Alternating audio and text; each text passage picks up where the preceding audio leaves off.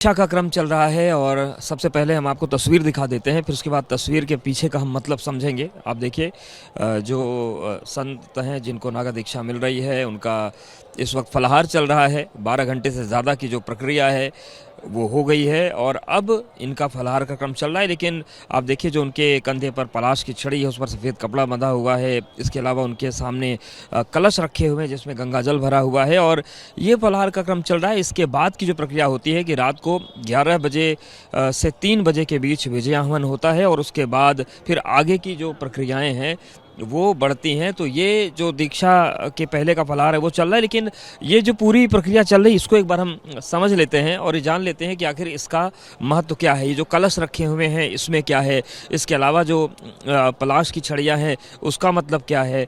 तो ये जो पूरी बातें हैं वो हम बात महाराज जी से पूछ लेते हैं। महाराज जी, ये जो कलश रखे हुए हैं ये कलश क्या है, क्या महत्व, इसके अंदर क्या है कलश में? कलश में गंगा जल है। ये पिंडदान वगैरह वहाँ कल घाट पे किए थे ना, उस समय भी काम आया था इनको, पिंड बनाने में, पूजा में। फिर यहाँ रात में भी पूजा होगी, हवन होगा, उसमें काम आएगा। जल भरा हुआ है ना गंगा जल, हाँ उसमें काम आएगा।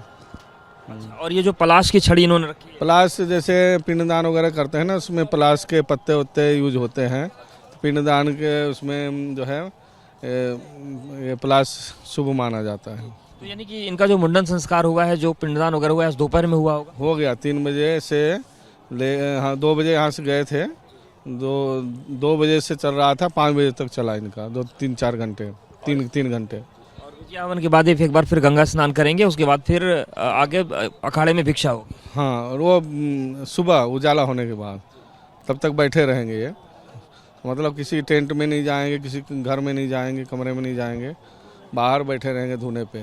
और अब इनको भोजन कब मिलेगा? अब इनको कल दोपहर को ही भोजन मिल पाएगा। मतलब भिक्षा पहले आचार्य जी से दीक्षा होगी, फिर भिक्षा होगी, फिर इसके बाद भोजन। ये प्रक्रिया है और एक लंबी दीक्षा होती है, लंबा क्रम है और यही क्रम है जो नागा सन्यासी तैयार करता है। महाराज जी, जो नागा दीक्षा होती है तो क्या क्या क्रम रहता है, कहाँ से शुरू होता है और क्या कुछ प्रक्रियाएं होती हैं? जैसे सुबह से ये लोग मुंडन, सारे लोग मुंडन कराएंगे। इसके बाद फिर मुंडन कराने के बाद एक साथ बैठेंगे। जब सबका मुंडन हो जाएगा फिर सबको ले जाया जाएगा घाट पे। उनको दंड का कमंडल दे के, मतलब एक पलाश की डंडी होती है, उसमें कपड़ा बांध के छोटा सा, और एक मिट्टी की हंडी होती है वो दिया जाता है। फिर सफ़ेद लंगोट पहन के एक सिर पे बांधते हैं और फिर वो घाट पे जाते हैं। घाट पे फिर इनको पंचगव्य वगैरह से और कई चीज़ों से स्नान कराया जाता है। इसके बाद फिर गंगा जी में डुबकी लगाएंगे, फिर आएंगे। फिर इसके बाद पूजा वूजा होता है, फिर पिंड दान होता है, 17 पिंडों का दान होता है। अपने नाते रिश्तेदार का, यार दोस्त का, अपने साथ पीढ़ी का, सबके नाम का पिंड दान होता है। इसके बाद पूजा वूजा करके फिर वहाँ से गंगा स्नान करके फिर लंगोटी वंगोटी चेंज करके फिर अपना आ जाते हैं कैंप में। यहाँ अपना फिर कम्बल वम्बल ओढ़ के बैठते हैं, फलाहार करते हैं।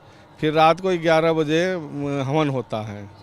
हाँ, वो आचार्य जी कराते हैं, जो अखाड़े का आचार्य होते हैं वो हवन कराते हैं। रात को हवन होगा 3 बजे तक। फिर 3 बजे घाट पे जाएंगे। घाट पे जाके फिर स्नान करेंगे। फिर उनके जो उनके गुरु होंगे वो चोटियाँ काटेंगे। इसके बाद फिर जिसका कोई नहीं होता उसका आचार्य जी चोटी काटते हैं। फिर इसके बाद फिर स्नान करेंगे। फिर 108 डुबकी पहले लगाते हैं, इसके बाद चोटी काटी जाती है। फिर एक बार स्नान करेंगे। फिर इसके बाद आचार्य जी उनको गुरु मंत्र सबको देंगे, कान में गुरु मंत्र फूकेंगे। फिर इसके बाद जो है उनको भगवा वस्त्र पहना के अपने अखाड़े में ले आया जाता है।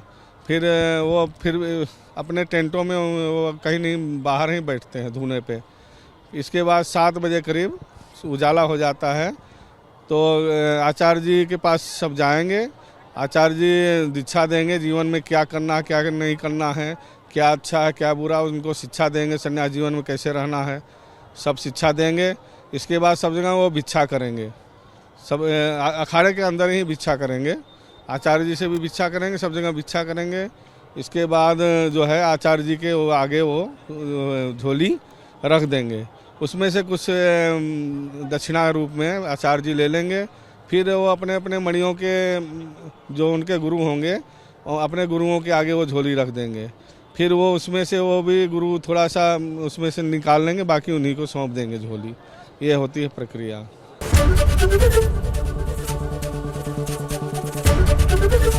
एबीपी गंगा, खबर आपकी, जुबान आपकी।